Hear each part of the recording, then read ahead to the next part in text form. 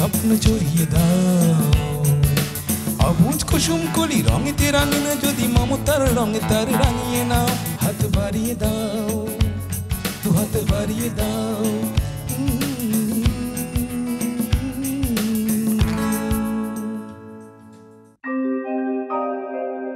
সুপ্রিয় দর্শক, আমন্ত্রণ জানাচ্ছি অটিজম এবং অন্যান্য প্রতিবন্ধিতা নিয়ে আরটিভির নিয়মিত আয়োজন বার্জার পেইন্টস হাত বাড়িয়ে দিলাম অনুষ্ঠানে। আর আপনাদের সাথে আছি আমি সৈয়দা মুনিরা ইসলাম। দর্শক, বার্জার পেইন্টস হাত বাড়িয়ে দিলাম অনুষ্ঠানের আজকের এপিসোডে প্রতিবন্ধী সন্তানদেরকে নিয়ে একটি পরিবারের সাহসী পথ চলার অভিজ্ঞতার কথা তুলে ধরতে আজ আমি আপনাদেরকে নিয়ে যাব রাজধানীর জিগাতলার মনেশ্বর রোডে। দর্শক, ধৈর্য নিয়ে নিষ্ঠা সহকারে কাজ করলে এই প্রতিবন্ধী সন্তানদের যে কতটা উন্নতি হতে পারে সেটাই প্রমাণ করেছেন এই এলাকায় বসবাসকারী এক দম্পতি। দর্শক, পরিচিত হব তাদের সাথে এবং জানব কিভাবে এই অসম্ভবকে সম্ভব করলেন তারা। চলুন দর্শক আমার সাথে রাজধানী জিগাতলার মনেশ্বর রোডে।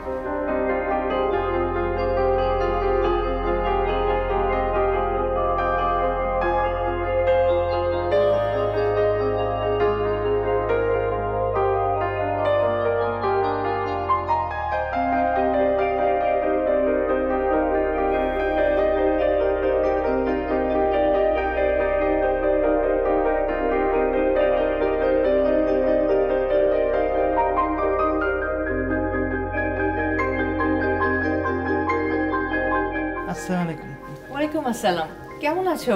হ্যাঁ, আমি ভালো আছি। আপনি আছেন? ভালো। আমিও ভালো আছি। কি নাম? রেহান। তোমার নাম কি? রিফাত। বাবা মা কোথায়? আচ্ছা, দু হাত বাড়িয়ে দাও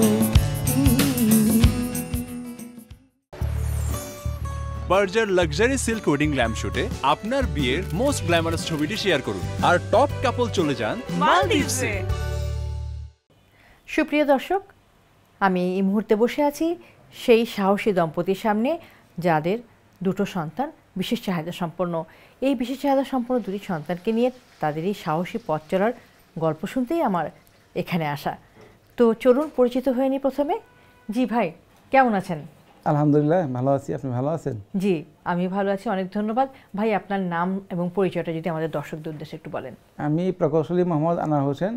আমি বাংলাদেশ কারিগরি শিক্ষা বোর্ডে বিশেষজ্ঞ গবেষণা পদে কর্মরত আছি। আচ্ছা আপা, কেমন আছেন? জি আলহামদুলিল্লাহ ভালো আছি। জি আপা, আপনার নামটা এবং পরিচয়টা যদি একটু। আমি রেহান আক্তার, রেফাত রেহান ওদের মা। এই পরিচয়টা সবচেয়ে বড় পরিচয়, তাই তো? রেফাত রেহান ওরা কি যমজ ভাই? হ্যাঁ, ওরা টুইন। আপনার সন্তান মোট কতজন? আমার 3 জন সন্তান, যমজ 2 ছেলে আর মেয়ে আদিবা হোসেন রিজা, আর ছেলেরা হচ্ছে আর রাফি হোসেন রেফাত আর হাসান হোসেন রেহান ছোট ছেলে। রেফাত রেহানের মধ্যে বড় কে?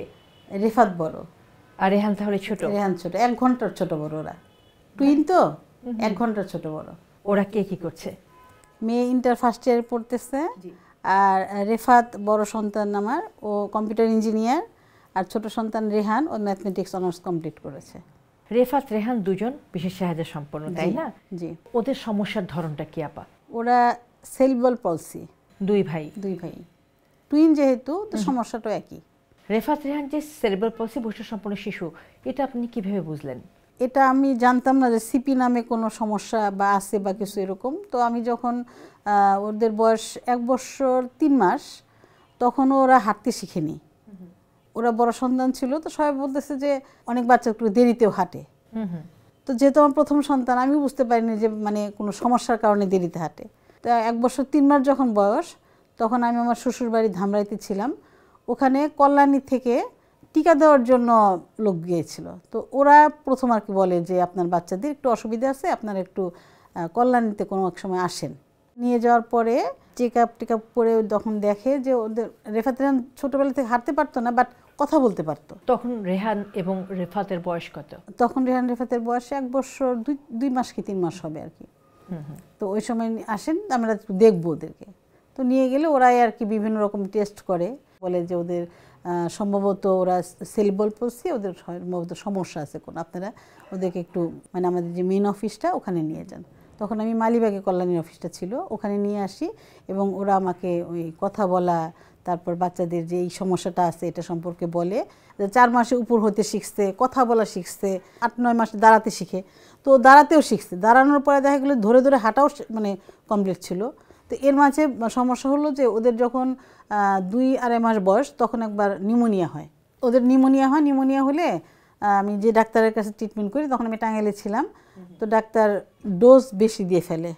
তো এরপর যখন কল্যাণীতে গেলাম, ওরাই বললো যে আপনার বাচ্চার কোনো বড় ধরনের অসুখ হয়েছে কিনা। তখন বললাম যে হ্যাঁ, আমার বাচ্চাদের নিউমোনিয়া হয়েছিল, এই নিউমোনিয়ার কারণে এই অসুবিধাটা, টিকার ডোজটা বেশি হয়ে গেছিলো, এটা বলছিল ডাক্তার। ওই কারণেই ওদের এই সমস্যাটা হয়েছে। সেরেব্রাল পলসি হয়েছে? হ্যাঁ, 2বার নিউমোনিয়া হয়, 2বারই একই ডাক্তারই দেখে এবং 2বারই একটু সমস্যাটা মানে ওই ডাক্তারই আর কি করেছে। শুরুর দিকে কি কি সমস্যা ছিল রেফাত আর রেহানের? শুরুর দিকে এমনি কোনো সমস্যা ছিল না, ওই যে 2বার নিউমোনিয়া হইলো আর এমনিতে দেখা যেত একটু জ্বর ঠান্ডা একটু বেশি লাগে থাকতো, যেহেতু ওরা প্রিম্যাচিউর বেবি ছিল। তাই? হ্যাঁ, ওরা 8 মাসে বেবি হয়েছে আর কি। আচ্ছা আচ্ছা, তারপর? তো ওই নর্মালি জ্বর ঠান্ডা নর্মাল বাচ্চাদের যা থাকে ওরকম জ্বর ঠান্ডা থাকতো, কিন্তু নিউমোনিয়াটা 2বার হয়েছে, ওইটা একটু বেশি পর্যায়ে ছিল। হাসপাতালে ভর্তি করতে হয়েছে, হাসপাতালে আমাকে থাকতে হয়েছে 2 মাসে। ওদের জন্মের সময় কি কোনো সমস্যা হয়েছিল কিনা? জন্মের সময় আমরা যে ডাক্তারকে দেখাতাম, ওনাকে আগে বলা ছিল যে যদি সিজারের প্রয়োজন হয় তাহলে যেন অবশ্যই সিজার করে, বাট উনি আমাকে সিজার করার নাই, নর্মাল ডেলিভারি করাইছেন। তারপর আবার আমার রক্তের প্রয়োজন ছিল, আমরা আগের থেকে ডোনার রেডি করে রাখছি, আমাকে রক্ত দিতে হয়েছে। মানে নর্মাল ডেলিভারির কারণে যে সমস্যাটা হয়েছে, মানে আমার 3-4 দিন আগে থেকে পেইন ছিল। আমি হাসপাতালে ওরা হওয়ার 3-4 দিন আগে থেকেই ভর্তি ছিলাম, কিন্তু তারপরেও উনি কেন যেন আমাকে মানে সিজার করেন নাই, নর্মাল ডেলিভারি করেন। নর্মাল ডেলিভারির সময় যেটা হলো যে আমি তো একদম মানে পুরো 2-3 দিনের ব্যথাতে আমি একদমই মানে অবস্থা খারাপ ছিল আমার। তো যখন ডেলিভারি প্রথম বাচ্চাটা হয়, মানে রেফাত যখন হয়, তখন অনেকক্ষণ আর কোনো পেইন টেন কিচ্ছু ছিল না। তখন ওই যে রেহানকে হওয়ানোর জন্য কোরামিন ইঞ্জেকশন দেওয়া হয় আমাকে, তো ওইটা খুব মানে দুর্বল করে ফেলে আমাকে আর প্রচুর ব্লিডিং হয় আমার। সেন্সেস হয়ে যাওয়ার পরে 2 বাচ্চাকে আর সেইভাবে মানে উনি টেক কেয়ার করতে পারেন না, মানে ঘাবড়াই হয়তো ওদেরকে ইনক্লুডে রাখা হয়েছিল, বাট ওদের যে নার্ভটা ওইটাকে টাইট করে বাঁধা হয় না, ওখান থেকে ব্লিডিং হয়েছে। ব্লিডিং হওয়ার কারণে ওদের শরীরে গ্লুকোজ কমে গেছিলো, যে কারণে ওরা বারবার ওই যে নীল হয়ে যাচ্ছিল।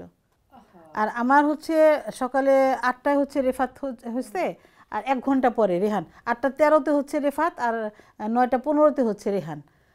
2 বাচ্চা হওয়ার পরে আমার মানে আমি যে সেন্সলেস হয়ে গেছি, আমার ফিরে আস্তে আস্তে 4টা বাজে। তখন এর মধ্যে আমাকে রক্ত দিছে, স্যালাইন দিছে, মানে আমার অবস্থা অনেক খারাপ। সবাই ভাবছে যে আমি হয়তো আর বাঁচবো না।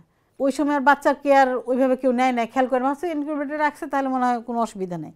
তো ওইখানে একজন সিনিয়র নার্স ছিলেন, উনি যা দেখে যে বাচ্চাদের ব্লিডিং হচ্ছে এবং বাচ্চা এরকম গ্লুকোজ বিহীন হয়ে যাচ্ছে, এরপরে হয়তো হুলস্থুল লেগে গেল আর কি। তো তখন আমাদেরকে রেফার করা হলো শিশু হাসপাতালে। শিশু হাসপাতালে রেফার করার পরে শিশু হাসপাতালে এমন কোনো জায়গা নাই যেখানে ওদেরকে ইঞ্জেকশন দেওয়া হয় নাই। নল দিয়ে খাওয়ানো হতো, দেখা যেত নলটা এরকম বের করে ফেলতেছে বারবার, ছোটো বাচ্চা। তারপরেও ওগুলো যখন ভিতর দিত চিৎকার করতে থাকতো, পায়ের গোড়ালির নিচে ইঞ্জেকশন দিত, মাথার চুল চাইসা নিয়ে চান্দির এইখানে ইঞ্জেকশন দিত। এরকম করে আমরা 17 দিন হাসপাতালে ছিলাম। তারপরে আমরা বাসায় যাই। বাসায় যাওয়ার 2.5 মাসের মধ্যে ওই যে একবার নিউমোনিয়া হলো। যে মুহূর্তে জানলেন যে আপনার 2টো সন্তানই সেরেব্রাল পলসি বৈশিষ্ট্য সম্পন্ন, ওরা সাধারণ শিশুদের মতো না, মা হিসেবে আপনার কেমন লাগলো এবং তারপরে এই বিষয়টাকে আপনি কিভাবে গ্রহণ করলেন? আসলে তো আমি জানতামই না সিপি নামে কোনো সমস্যা পৃথিবীতে আছে, কারণ আমার রেফাত খান তো ওর প্রথম সন্তান ছিল, আর আমার বয়সও তখন কেবল মানে 23-24। তো আমার এতখানি ধারণাই ছিল না যে এটা কোনো রোগ বা এটা এরকম ভয়াবহতাভাবে পৃথিবীতে আসছে। তো আমি যখন জানি আমি আসলে রোগটা কি সেইটাই আমি বুঝতে পারি নাই, সমস্যাটাকে আমি সেটাই বুঝতে পারি নাই। তারপর যখন আমি বুঝতে পারি তখন আর ওর বাবা আর আমি একটাই মানে আমাদের ছিল যে আমরা ওদেরকে সুস্থ করব এনি হাউ। এই তো শোনার পর থেকে মানে আমরা মেনলি আসলে ওদের কিভাবে ট্রিটমেন্ট করা যায়, কিভাবে ওদেরকে সুস্থ করা যায়, কোথায় গেলে ওরা সুস্থ হবে, ডাক্তার, কবিরাজ, ঝাড় ফুঁক কোনো কিছুই বাদ দিইনি। বলছে ডাক্তার যে আপনার ট্রিটমেন্টগুলি হয়ে যায়, তখন ওই যে রেফাত তো একটু ঘাড় বাঁকা করে রাখতো। তারপর রেহান এমনিতে নর্মালি ডেভেলপটা আসলে ওই যে বললাম না যে যখন ধরে দাঁড়ালো, ধরলো, ধরে ধরে হাঁটার পর থেকে আর হাতটা ছেড়ে যে হাঁটবে এটা আর হয় নাই। ধরে ধরে হাঁটতে সব কিছু। হ্যাঁ, হাত ধরলে হাঁটতো, আঙ্গুল ধরে হাঁটতো, কিছু একটা দিয়ে দিলে হাঁটতো। হামাগুড়ি তো নর্মালি হামাগুড়ি দিত, একটা বাচ্চা নেই নর্মালি হামাগুড়ি দেয়, এমন করে হামাগুড়ি দিত। এই জন্য আমি আসলে বুঝতে পারিনি, বা পরিবারে কেউ বুঝতে পারে নাই। মানে ওদের বয়স এখন 30-এর কোঠায়। তো ওই সময়টা তো এত বেশি ইন্টারনেট, এত বেশি মোবাইল, এত কিছু ছিল না। আমরা নর্মালি পেপারে বা রেডিওতে শুনে জেনে যতটুকু আমাদের জ্ঞান, বা বই পুস্তক পড়ার পরে যতটুকু জ্ঞান, ঠিকই বলেছেন, যে কারণে আমরা হয়তো জানিও না যে এরকম একটা কিছু হইতেও পারে। 30 বছর আগে আসলে এই সেরেব্রাল পলসি বলেন বা নিউরো ডেভেলপমেন্টাল ডিসঅর্ডার বলেন, এই বিষয়গুলো নিয়ে কোনো ধারণা মানে কিছুই ছিল আমাদের ছিল না। কিছুই ছিল না। সেটাই লোকজন বলতো যে পাপের ফল, বাবা অনেক পাপ করছে সেজন্য এরকম বাচ্চা হয়েছে। বাচ্চাদের বলতো আরে তোর বাবা মা না জানি কত পাপ করছে, সেই জন্য তোর এরকম হয়েছিস, আল্লাহর কাছে মাপ চা। কারা বলতো এসব কথা? সমাজের লোকজন বলতো, আমার পরিবারের লোকজন বলতো না। আমার পরিবার, আমার শ্বশুর বাড়ি, আমার বাবার বাড়ি এত আমাকে বেশি সাপোর্ট করছে যে আমি রেফাত রেহানকে নিয়ে এত দূর আসতে পারছি। জি আপা, আপনি অসাধ্য সাধন করেছেন, সেই গল্পটাই শুনবো। তবে তার আগে চলে যাচ্ছি রেফাত রেহানের বাবার কাছে। আমির ইসলাম সাহেব, সন্তানের যে কোনো সীমাবদ্ধতা মা বাবার পক্ষে মেনে নেওয়া একদমই সহজ না, কঠিন একটা বিষয়। যে মুহূর্তে আপনি জানলেন আপনার প্রিয় 2 সন্তান সেরেব্রাল পলসি বৈশিষ্ট্য সম্পন্ন, বাবা হিসাবে সেই মুহূর্তে কি মনে হয়েছিল? তখন তো অনেক খারাপই,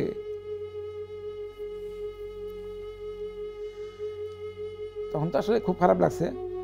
তো খারাপ লাগলে তো আর হবে না, আমাদেরকে আগাইতে হবে। তো ওখান থেকে সিআইপি থেকেও যথেষ্ট। আপা বলছিলেন যে আপনাদেরকে অনেক নেতিবাচক অভিজ্ঞতার সম্মুখীন হতে হয়েছে, অনেক কটু কথা এটা তো অনেক পরে, এটা তো অনেক পরে, তখন হচ্ছে পরে আরো বেশি হচ্ছে। তখন থেকে শুরুটা তখন থেকে, যখন মানে এটা সিআরপিতে থাকলাম, সিআরপি থেকে ওনারা যথেষ্ট হেল্প করছেন যে আপনাদেরকে মেন্টালি শক্ত হইতে হবে। যেহেতু মানে সাপোর্ট লাগবে সারা জীবনই, আপনাদেরকে শক্ত হতে হবে। এবং মাকে আপনারা নিয়ে আসেন, মাকে আমরা বোঝাবো, মাকে আমরা ট্রেনিং দেবো, কারণ মাকে এটা ফেস করতে হবে।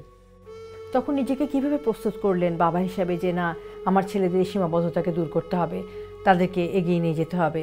যেমন আমি পলিটেকনিকে জব করতাম, পলিটেকনিক কোয়ার্টার ছিল, সেই কোয়ার্টার ছেড়ে আমি ওদের জন্য সাভার সিআরপির সামনে একটা বাসা ভাড়া নিলাম। বাসার থেকে পরে ওখানে থেরাপি হতো, প্লাস ওই যে সিআরপিতে থেরাপি হতো, এই কাজগুলো হতো আর কি। দর্শক, অটিজম এবং অন্যান্য প্রতিবন্ধিতা নিয়ে আরটিভির নিয়মিত আয়োজন বার্জার প্রিন্টস হাত বাড়িয়ে দিলাম অনুষ্ঠানের এই পর্যায়ে নিয়ে নিচ্ছি ছোট্ট একটি বিরতি। ফিরবো কিছুক্ষণের মধ্যেই, আমাদের সঙ্গে থাকুন।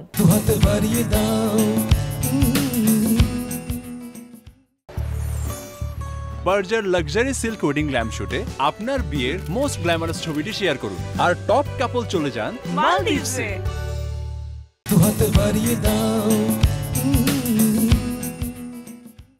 সুপ্রিয় দর্শক, বিরতি শেষে আবারও সবাইকে আমন্ত্রণ জানাচ্ছি অটিজম এবং অন্যান্য প্রতিবন্ধিতা নিয়ে আরটিভির নিয়মিত আয়োজন বার্জার পেইন্টস হাত বাড়িয়ে দিলাম অনুষ্ঠানে। আর সঙ্গে আছে আমি সৈয়দা মুনিরা ইসলাম। দর্শক, আবারও ফিরছি আলোচনায়। রেহান আপা, এত বড় একটা চ্যালেঞ্জ, 2 সন্তানই সেরেব্রাল পলসি বৈশিষ্ট্য সম্পন্ন, তো এই চ্যালেঞ্জটাকে ম্যানেজ করার জন্য নিজেদেরকে কীভাবে প্রস্তুত করলেন? আমার যে একটা লাইফ, আমি যে একজন মানুষ, সেটা আমি টোটালি বাদ দিয়ে দিচ্ছি। একটাই কাজ, রেহান রেফাতকে সুস্থ করা, ওদের সম্মানের সাথে সমাজে যে মানুষ গ্রহণ করতে পারে সেই কাজটা করা। আমি ওদেরকে স্কুলে নিয়ে যাইতাম, ফার্স্ট আমি ক্লাসের বাচ্চাদের সাথে আমি নিজে ফ্রেন্ড হইতাম, বন্ধু আমি হইতাম আগে, তারপর ওদের সাথে বন্ধুত্ব করাইতাম। অসংখ্য ছেলে মেয়ে আছে যারা রেহান রেফাতের ফ্রেন্ড, আমাকে মা বলে ডাকে, কারণ আমি প্রথম ওদের সাথে বন্ধুত্ব সৃষ্টি করছি। কোথায় এই বাচ্চাগুলোর ট্রিটমেন্ট হয়, যেহেতু আগে আমরা জানতাম না, তো এখানে খোঁজ নিতে চাই, দেখলাম যে ঢাকা SPRC ওইখানে গেলাম, এরপরে আবার শিশু হাসপাতালে গেলাম, ওইখানেও ওই বাচ্চাদেরকে কি করা হতো, থেরাপি দেওয়া হতো। আমাকে কল্যাণীতে বলা হলো বাচ্চাদের থেরাপি দিতে হবে, স্পিচ থেরাপি, অকুপেশনাল থেরাপি, তারপর ফিজিওথেরাপি, 3 টাইপের থেরাপি দিতে হবে। তো স্পিচ থেরাপি আমার বাচ্চাদের দিতে হয়নি, কারণ ওরা নর্মালি ছোটোবেলা থেকেই অনেক কথাবার্তা অনেক ভালো বলতে পারতো। ওদের মেন সমস্যাটাই ছিল হাঁটা চলায়, এমনি কথা বলা বা ব্রেন যেটাকে বলে ওটা কোনো সমস্যা ছিল না। মাসুলের পাওয়ারটা অনেক কম ছিল। আচ্ছা, হাঁটতে কষ্ট হতো, হাঁটতে ওদের কষ্ট হতো। সাপোর্ট লাগতো। সাপোর্ট ব্যতীত ওরা হাঁটতে পারতো না। পণ করেছিলেন যে ছেলেদেরকে যতদূর সম্ভব এগিয়ে নিয়ে যাওয়া যায় এগিয়ে নিয়ে যাবেন। বর্তমানে ছেলেরা কি করছে? বর্তমানে বড় ছেলে কম্পিউটার ইঞ্জিনিয়ার, ও অনলাইনে একটা জব করতেছে, আর ছোট ছেলে কিছু কিছু ট্রেনিং নিতেছে। আর এছাড়া আমার ছোট ছেলেটা আতর খুব পছন্দ তার, এটা ওর একটা হবি আর কি। আতরের বিভিন্ন রিভিউ দেওয়া, আতরের মানে স্মেলটা মিক্সচার করে কোন স্মেলটা ভালো হয় এটার একটা মিক্সচার সম্পর্কে একটা করা, এগুলো বিভিন্ন একটু প্রায় বলা যায় একটু থিসিস ধরনেরই ও এই কাজগুলো করতেছে। হ্যাঁ, আর নর্মালি ও হচ্ছে ম্যাথমেটিক্স অনার্স কমপ্লিট করেছে। চমৎকার। পাবলিক ভার্সিটিতে করেছে, এবং সে পাবলিক ভার্সিটিতে যখন ইন্টারভিউ দেয় তখন সে পাবলিক ভার্সিটিতে 19তম প্লেস করেছিল। বাহ। আর আমার ছোট ছেলেটার একদম নার্সারি থেকে 12 পর্যন্ত কন্টিনিউ ফার্স্ট হয়েছে। রেহান? হ্যাঁ, রেহান 5টা স্কুল কলেজে পড়াশোনা করছে, প্রত্যেকটা কলেজেও ফার্স্ট হয়েছে। চমৎকার। ওর অনেক বেস্ট স্টুডেন্ট পুরস্কার আছে।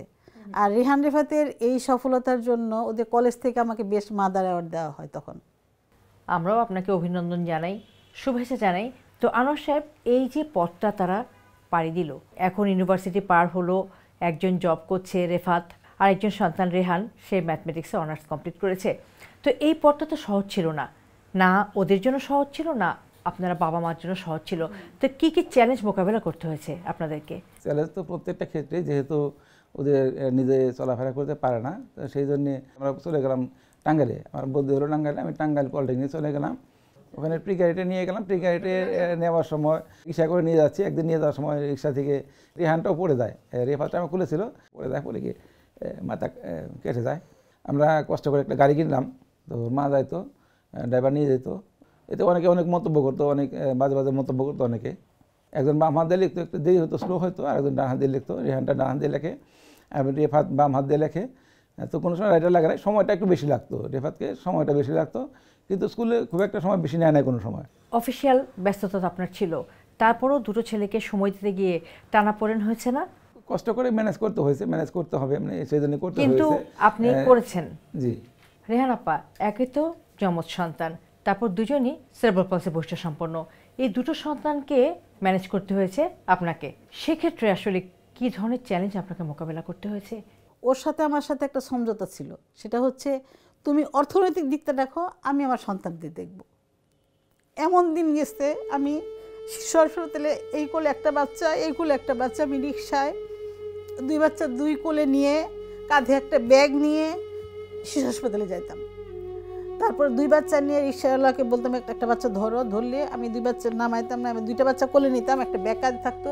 রিক্সাওয়ালাকে বলতাম সামনের পকেটে টাকা আছে, ওখান থেকে টাকা নিয়ে তুমি রিক্সাওয়ালাটা নাও, কম বেশি জানাও নাও, তুমি নাও ওখান থেকে, এভাবে নিতাম। তারপর মোটামুটি প্রায় 1 মাইলের অনেক দূর, মানে যেখান থেকে টিকিট কাটতে হতো এর জন্য, থেরাপির জন্য, ওখানে আমি কোলে করে দুই বাচ্চা কোলে করে নিয়ে যে একটা বাচ্চা ওয়ালের সাথে এরকম এরকম হেলান দেওয়ায়, তারপরে আমি ওখানে টিকিট কাটতাম। ও তখন থাকতো গাজীপুরে। তারপরে আমি ওদেরকে এরকম করে ওখান থেকে টিকিট কেটে আরও মানে দেখা যেত 4-5টা ঘুরে তারপর আমাকে ওই ব্যায়াম করাতে নিয়ে আসতে হতো। একটা বাচ্চা ব্যায়াম করাতে বেডে শোয়াই দিতাম, আর একটা বাচ্চা নিয়ে দাঁড়ায় থাকতাম। আবার ওটা হয়ে যেত, ওইটাকে করলে নিতে মেয়েটাকে নিয়ে দাঁড়ায় থাকতাম। রাস্তায় যখন বের হতাম, রিক্সা না পেলে দাঁড়ায় থাকতাম, আল্লাহ আল্লাহ আমাকে আরেকটু শক্তি দিও, আরেকটু ধৈর্য দাও, আমি যেন একটা রিক্সা পাই, আমি যেন বাসায় পৌঁছাতে পারি। কারণ আমার সাথে তো কেউ থাকতো না, আমি একা থাকতাম, আমার 2 বাচ্চা থাকতো শুধু। এভাবে আস্তে আস্তে আস্তে আস্তে ব্যায়াম করাতে করাতে তারপরে আসলাম কোথায়, ওই যে সিআরপিতে আসা বাসা নিলাম। বাসা নেওয়ার পর বাসা ছিল 3তলা বাসা। এখন সবাই বলতেছে যে ওরা অনেক কথা বলতো, তো অনেক মজার মজার সব কথা বলতো, মানে এমন এমন বলতো কান্নার মাঝে হাসি। মা আজকে হলো ভ্যালেন্টাইন্স ডে, বাবা তোমার কাছে কি টাকা আছে? ও বাবা বলতো কেন বাবা? কই তাহলে বার জন্য একটা ফুল কিনে নিয়ে আসো। মানে ওদের অত ছোট বয়সে এই কথাবার্তা শুনে সবাই বলতে কি ওদের স্কুলে দেন নাই? তা আমি বলতাম যে না, স্কুলে দেন, ওদের স্কুলে দিয়ে দেন। তো আমার বাসার সামনে হঠাৎ দেখি একদিন একটা ব্যানার দিয়ে রাখছে ভর্তির। আসলে স্কুল নিবে কিনা, ভর্তি করবে কিনা, এটা একটা ভয় তো ছিল।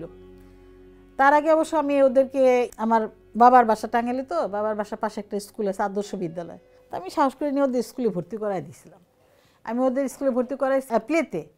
তো পড়াশোনা ওরা মেনলি শিখছে হচ্ছে কম্পিউটার দেখে, এই কম্পিউটারে গান, কবিতা, অক্ষর। ওর বাবা তো কম্পিউটার একদম ছোটোবেলা থেকে ওর বাবার সাথে কম্পিউটার চালাতো। মানে এমন হয়েছে যে ওর পলিটেকনিকের ছাত্ররা এসে রেহান রেফাতের কাছে কম্পিউটারের শিখতো, ফাংশনগুলো শিখতো। তখন রেহান রিফাতের বয়স কত?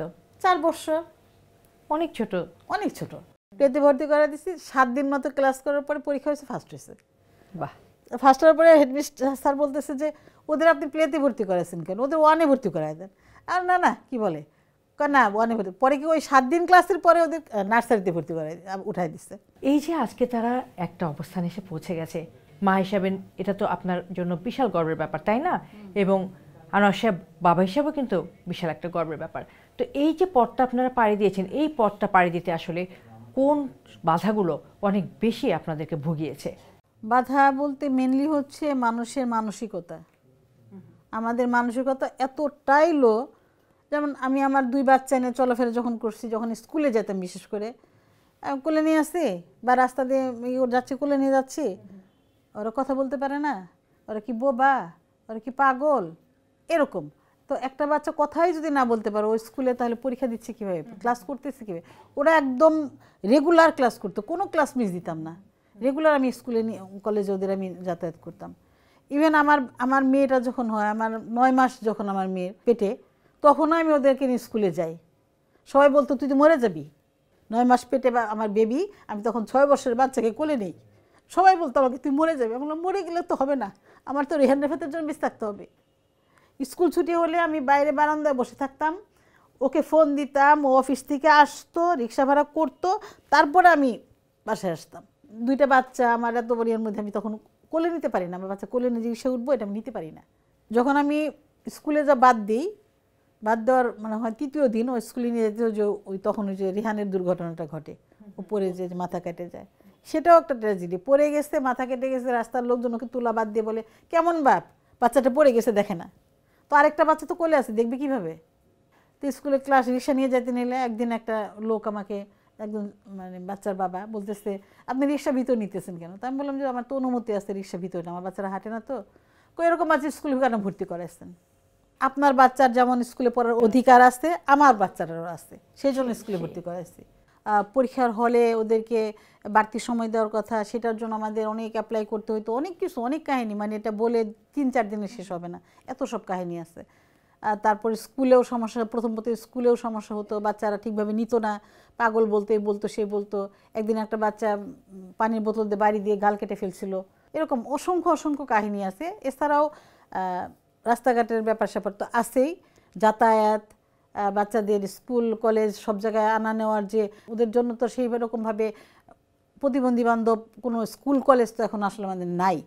আর ওরা যেহেতু নর্মাল স্কুলে পড়াশোনা করছে, যেহেতু স্পেশাল স্কুলে পড়াশোনা করে নাই, সেজন্য আমাকে অনেক কথা শুনতে হয়েছে আর কি, কেন আমি ওদেরকে নর্মাল স্কুলে পড়াচ্ছি, কেন এরকম স্পেশাল স্কুল দিচ্ছি না। যেমন যখন 6-এ উঠে, তখন রেফাতকে আমি একটা স্কুলে ভর্তি করতে যাই, স্কুল থেকে আমাকে বলে যে আপনার বাচ্চা যদি আমার স্কুলে ভর্তি করাই, তাহলে আমার স্কুলের পরিবেশ নষ্ট হয়ে যাবে, আমি স্কুলে আর ওদেরকে রাখিনি। খুবই দুঃখজনক। এরকম ফেস করতে হচ্ছে হাজারো সমস্যা, হাজারো লোকের হাজারো কটূক্তি, হাজারো কথাবার্তা। সবচেয়ে বড় যে কথা, না জানি কোন পাপ করছে, আমরা বাবা মারা অনেক পাপ করছি, সেই জন্য আমাদের সন্তান ডিজেবল হয়েছে। দর্শক, আপনারা বুঝতেই পারছেন 2টি বিশেষ চাহিদা সম্পন্ন সন্তানকে একসাথে মানুষ করাটা কত বড় চ্যালেঞ্জিং। আমি স্যালুট জানাই এই মা বাবার এই আন্তরিক প্রচেষ্টাকে। সুপ্রিয় দর্শক, অটিজম এবং অন্যান্য প্রতিবন্ধিতা নিয়ে RTV নিয়মিত আয়োজন বার্জার পেন্টস হাত বাড়িয়ে দিলাম অনুষ্ঠানের এই পর্যায়ে নিয়ে নিচ্ছি ছোট্ট একটি বিরতি। ফিরব কিছুক্ষণের মধ্যেই, আমাদের সঙ্গে থাকুন।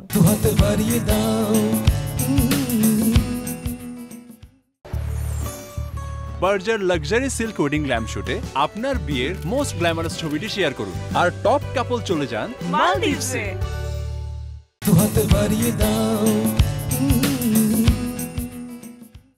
সুপ্রিয় দর্শক, বিরতি শেষে আবারও সবাইকে আমন্ত্রণ জানাচ্ছি অটিজম এবং অন্যান্য প্রতিবন্ধিতা নিয়ে RTV নিয়মিত আয়োজন বার্জার পেন্টস হাত বাড়িয়ে দিলাম অনুষ্ঠানে।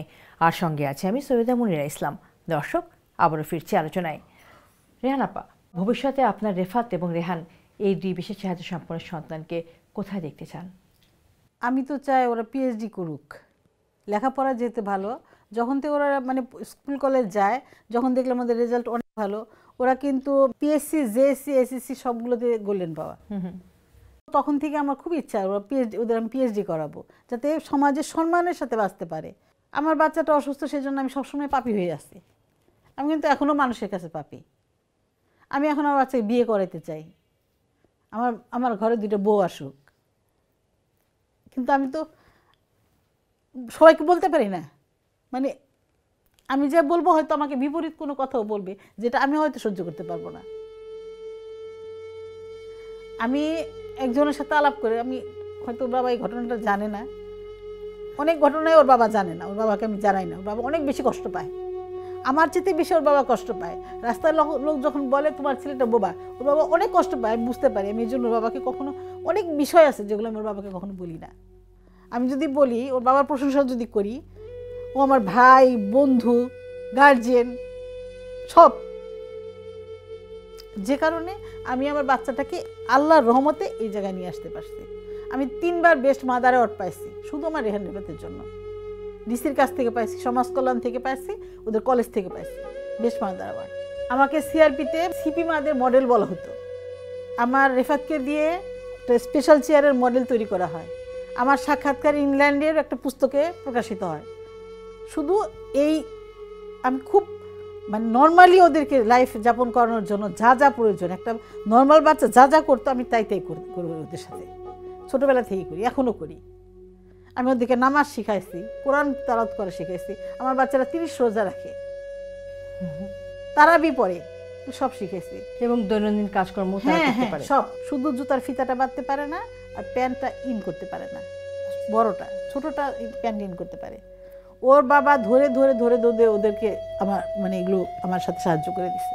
ডিজেবল বাচ্চার বাবার যে করণীয়, তার চেয়ে লাখো গুণ বেশিও করছে। সমাজের কাছে একটা মেসেজ, যার এরকম বাচ্চা আছে সে মাকে দোষ দিয়ে, ওরা সমাজের কাছে, আমার প্রত্যেকটা বাবা মার কাছে, প্রত্যেকটা পরিবারের কাছে আমার এটা চাওয়া, জোর হাত করে চাওয়া, তোমরা যে কোনো বাচ্চা হলে মাকে অপমান করো না। বাবা মা পরিবার মিলে বাচ্চাটাকে সুস্থ করো, অপমান করার জন্য মা নয়। মা তো একা সন্তানের জন্মের জন্য দায়ী না। স্কুলে যখন পড়ে, একজন টিচারের, উনি AA পাস, টিচারের বেবি হবে, সে বাচ্চা টাচ্চা হওয়ার পরে আসার পরে বলতেছে যে ভাবি আমি তো খুব ভয় পেয়ে গেছিলাম, আমার ক্লাসের বাচ্চা এরকম, যদি আমার এরকম বাচ্চা হয়। শুধু ওনাকে এই কথাটা বলছি যে আপনি একজন শিক্ষিত টিচার হয়ে যদি বলেন যে একটা বাচ্চা এরকম দেখলে আপনার বাচ্চাটা এরকম হবে, তাহলে অশিক্ষিত মূর্খ যারা আছে তাদের কি হবে? সেটাই আসলে এই সামাজিক ট্যাবুগুলো আমাদের ভাঙতে হবে। যে আমি যখন রেহান রেফাতকে স্কুলে ভর্তি করি, তখন আমি ওদের সাথে স্কুল ভ্যানে যাতায়াত করতাম। একজন বড় মানুষ স্কুল ভ্যানে উঠলে কিভাবে বসতে হয় সেখানে। যখন আমি ফার্স্টে ওদের স্কুলে ভর্তি করাই দিচ্ছি, আমি মাঝখানে বসতাম, ক্লাসের ভিতরে বিশেষ অনুমতি নিয়ে আমি মাঝখানে বসতাম, এই পাশে রেফাত, এ পাশে রেহান। ওরা তখন ব্যাগের থেকে বইটাও বের করতে পারে না। আমি তখন ওদের স্কুলে দিচ্ছি, 4 বছর বয়স তখন ওদের। আমি ক্লাসে বসে ওদের সাথে ক্লাস করতাম। এই বিশেষ পথ চলায় সবচেয়ে বেশি সহযোগিতা আপনি কার কাছ থেকে পেয়েছেন? বাচ্চার বাবা এবং আমাদের 2 পরিবার। আর এখন যে সাপোর্টটা পাই সেটা আমার মেয়ে। আনোয়ার সাহেব, আপনার কাছে আমি যেটা জানতে চাই যে আপা কয়েকবারই বলেছেন আপনার কথা যে আপনি এত সাপোর্ট দিয়েছেন তাকে, যে সাপোর্টের বলেই আসলে উনি শক্তি পেয়েছেন এই বাচ্চা দুটোকে নিয়ে এগিয়ে যাওয়ার ক্ষেত্রে। সমাজে আমরা দেখে থাকি সন্তান প্রতিবন্ধী হলে মাকেই আসলে দোষী সাব্যস্ত করা হয়। সেজন্য আনোয়ার সাহেব, আপনি কি মনে করেন আসলে এই ধরনের পরিবারগুলোতে মা বাবার বোঝাপড়াটা কেমন থাকা উচিত এবং বাবা হিসেবে দায়িত্ব পালনের ক্ষেত্রে তাকে কতটা আন্তরিক থাকা উচিত? তবে আমাদের সমাজের একটু মানে ভালোভাবে সবাইকে দেখা উচিত, দেখলেই যে অন্যরকম চিন্তা ভাবনা করে এরকম না করা উচিত। একটু সহায়তা পারলে সহায়তা করা উচিত, না পারলে নেগেটিভ মন্তব্য না করা মানে ভালো। আর আমি যতটুকু করা মানে ওদের জন্য করা দরকার, যেন আমি অনেক কষ্ট করে হলো একটা হাউস বিল্ডিংয়ের লোন নিয়ে ওদের জন্য আমি একটা 3 তলা বিল্ডিং করেছি টাঙ্গাইলে, এবং সেখানে আমি 2 তলা রুম করেছি বড় করে। তো সেই জন্য আমার ইচ্ছা ছিল যে যেহেতু দুজনেই কম্পিউটার ভালো জানে, ওরা ইংলিশ ভালো জানে, ওদের সবচেয়ে ভালো প্লাস পয়েন্ট দুইটা জিনিস ভালো জানে, একটা কম্পিউটার একটা ইংলিশ, এছাড়াও আরও কিছু ভাষা জানে। তো আমার টার্গেট ছিল যে আমি ওদেরকে ফ্রিল্যান্সিং শেখাবো। আমি নিজে থেকে যেটা মনে করি যে বাইরে যাওয়ার দরকার নাই, চাকরি করার দরকার নাই, চাকরি বাড়ি গেলে আবার ও মন্তব্য করবে ও মন্তব্য করবে এরকম করবে, তো দরকার নাই, ফ্রিল্যান্সিং নিজের পেশা নিজে মানে নিজে জব করবে। তো সেখান থেকেই কিন্তু রেফাতটা এটা করে। এবং আমার আরও টার্গেট আছে ওদের জন্য কিন্তু আমি নিজে গ্রাফিক ডিজাইন শিখেছি, আমি নিজে কম্পিউটার অপারেশন মানে এগুলো মানে নিজে কোর্স করেছি। কোর্স করে আমি নিজেও একজন মানে এনএসডিএ যে আছে এনএসডিএ এর একজন অ্যাসেসর ট্রেনার এবং অ্যাসেসর আমি এনএসডিএ। তো আমি শুধু ওদের জন্য যে গ্রাফিক ডিজাইন শিখেছি, যে গ্রাফিক ডিজাইন আমি শিখবো প্লাস ওদেরকে শিখিয়ে যেন ওরা ফ্রিল্যান্সিং করতে পারে, অনলাইন জব করতে পারে, সেই জন্য করা আর কি। এবং রুমটা আমার বড় করে করা ওখানে টাঙ্গাইলে, যে ওখানে আমি বসে ওদের নিয়ে কাজ করব এবং লাগলে আমি টিম নিয়ে কাজ করব, এরকম আমার টার্গেট। প্রতিবন্ধী দুই সন্তান রেফাত এবং রেহানকে নিয়ে পথ চলায় আপনাদের অনেক নেতিবাচক অভিজ্ঞতা, অনেক নেতিবাচক চ্যালেঞ্জ মোকাবেলা করতে হয়েছে, তাই না? এর মাঝে আনন্দদায়ক মুহূর্তগুলো যদি আমাদের সাথে শেয়ার করেন। আনন্দ করে যখন কোনো কিছু করে তখন কোনো কিছু করতে পারে আমাদের ভালো লাগে। এসএসসি যখন পাস করলো, ওরা ইন্টারমিডিয়েট যখন পাস করলো গোল্ডেন পাইলো, গোল্ডেন পাওয়ার পরে আমি সাথে সাথে কলেজ থেকে রেজাল্ট নিয়ে গিয়ে ওদেরকে আমি 2টা মোবাইল কিনে দিলাম। তখন রেফাত এবং রেহানের এই যে এক একটা অর্জন, এই অর্জন কতটা গর্বিত করে মা বাবাকে? খুব ভালো লাগে যখন ও বেতন পায়, বেতন পেয়ে দেখা যায় যে ওর বোনের জন্য কিছু কিনে, মায়ের জন্য কিছু কিনে।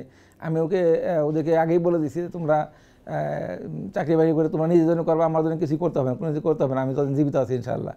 তো এই জন্য আমার জন্য করে না। আমি একদিন বললাম, পরে আমি একদম বললামই করে একদম ঠাট্টা করে যে কী ব্যাপার, মায়ের জন্য কিনো, বাবার মানে বোনের জন্য কিনো, ভাইয়ের জন্য কিনো, আমার জন্য কিছু কিনো না, তুমি তো বলছো তোমার জন্য কিছু লাগবে না। তারপর কিনে তারপর। রেহান আপা, আপনাদের একটি কন্যা সন্তান রয়েছে, দুটো সন্তান স্পেশাল এবং তীব্র মাত্রার সেরেব্রাল পলসি বৈশিষ্ট্য সম্পন্ন, তাদেরকে যেভাবে সময় দিতে হয়েছে, এই সময় দেওয়ার পর আসলে মেয়েটাকে কি সেভাবে সময় দেওয়া গিয়েছে? তো ওরা যখন মানে একটু বড় হয়েছে, তো স্কুল কলেজ সবাই আমাকে বলতো বারবার যে তুমি একটা বেবি নাও, যেহেতু ওরা দুজনই বিশেষ চাহিদা সম্পন্ন, তাহলে ওদের সাপোর্ট হিসেবে একজন থাকা দরকার। তো আমি সবাইকে বলতাম যদি আমার একটা মেয়ে হয় তাহলে যেন আমার একটা বেবি হয়, না হলে যেন হয় না। তো এই করে করে হুট করেই আমার আদিবা আসা। তো আদিবা আসার পরে দেখা গেলো যে আমি আসলে 3টা বাচ্চা না 4টেই সামলালাম। মানে ও তখন আদিবার মানে 1.5-2 বছর বয়স, ও হঠাৎ করে অ্যাক্সিডেন্ট করে। ও যখন বাস অ্যাক্সিডেন্ট করে ঢাকা মেডিকেল থেকে আমার বলছিল যে রুগীর অবস্থা 50-50, হয়তো বাঁচতেও পারে নাও পারে। আমি নিজে বরণ সই দিয়ে ওকে ওখান থেকে বের করে নিয়ে এসে আমি রাসমনা হাসপাতালে ট্রিটমেন্ট করে আইসিইউতে রাখে ওকে বাইপাস করাইতে হয়। আচ্ছা আচ্ছা, বাইপাস করাতে হয়। তখন দেখা গেলো যে রেহান, রেফাত, আদিবা এবং আদিবার রেহান রেফাতের বাবা, 4 জনকে আমি সামলাইতাম। আপনি কেমন আছেন? আমি আছি বলতে এখন আমি লিভার পেশেন্ট, আমার লিভারে টিউমার, আমার 2বার অপারেশন হয়েছে, একবার টিউমার ব্রাস্ট হয়ে গেছে।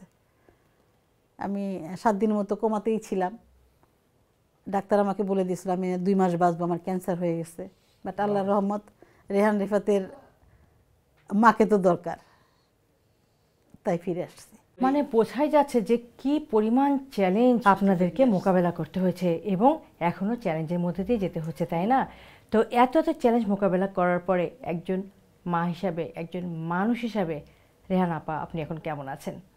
আমি আলহামদুলিল্লাহ ভালো আছি। ভাই বোনের মধ্যে সম্পর্ক কেমন? সম্পর্ক খুব চমৎকার, সম্পর্ক ওরা খুব বোঝাপড়া খুব ভালো ওদের মধ্যে, ভাই বোনের মধ্যে চমৎকার বন্ধুত্ব তাদের মধ্যে, তাই না? জি, চমৎকার বন্ধুত্ব 3 জনের মধ্যেই। 3 জনের মধ্যে বেশ বোঝাপড়া, মানে যা করে 3 জনে মিলেমিশেই করে। আপনারা কি মনে করেন সমাজের কোন কোন পরিবর্তনগুলো দরকার বা কি কি সুযোগ সুবিধা থাকলে পারে আপনাদের মতো মা বাবাদের এই বিশেষ চাহিদা সম্পন্ন সন্তানদেরকে নিয়ে এগিয়ে যাওয়াটা সহজ হয়? আনোয়ার সাহেব। সমাজের চেঞ্জ তো করা সম্ভব না সমাজকে, কিন্তু মানসিকতা চেঞ্জ করতে হবে। সমাজের আমরা যারা আছি সবারই মানসিকতা একটু চেঞ্জ করতে হবে, যে সবাইকে সহযোগিতা করতে হবে। যেমন সরকার চালু করে দিয়েছে যে কো এডুকেশন, মানে এটাকে ইনক্লুসিভ এডুকেশন সরকার চালু করেছেন। তো এটা কিন্তু একটা যুগান্তকারী সিদ্ধান্ত, আগে কিন্তু এরকম ছিল না। যেমন এরকম যাদের বিশেষ চাহিদা, তাদের বিশেষ চাহিদা সম্পন্ন আলাদা স্কুল ছিল, কিন্তু সরকার কিন্তু এই ইনক্লুসিভ এডুকেশন চালু করেছেন, এর জন্য সরকারকেও ধন্যবাদ। শুধু সরকারকে চালু করলে হবে না, এর পাশাপাশি আমাদের সকলকে মানে এর সাথে একাত্মতা পোষণ করে মানে মানসিকতার পরিবর্তন করতে হবে। রেফাত এবং রেহান সেরেব্রাল পলসি বৈশিষ্ট্যসম্পন্ন যমজ এই দুই ভাইয়ের বর্তমান বয়স ৩০ বছরের এই যে বিশেষ পথ চলা, এত বড় জার্নি আসলে একটি এপিসোডে তুলে ধরা সম্ভব নয়। সুপ্রিয় দর্শক, সেরেব্রাল পলসি বৈশিষ্ট্যসম্পন্ন যমজ দুই ভাই রেফাত এবং রেহানের গল্প নিয়ে আপনাদের সামনে হাজির হয়ে যাব আগামী পর্বে। সেই পর্যন্ত সবাই ভালো থাকুন, সুস্থ থাকুন, আরটিভির সঙ্গেই থাকুন। স্বপ্ন জড়িয়ে দাও অবুঝ কুসুম কলি রঙেতে রাঙিয়ে, যদি মমতার রঙে তার রাঙিয়ে নাও। হাত বাড়িয়ে দাও, দু হাত বাড়িয়ে দাও।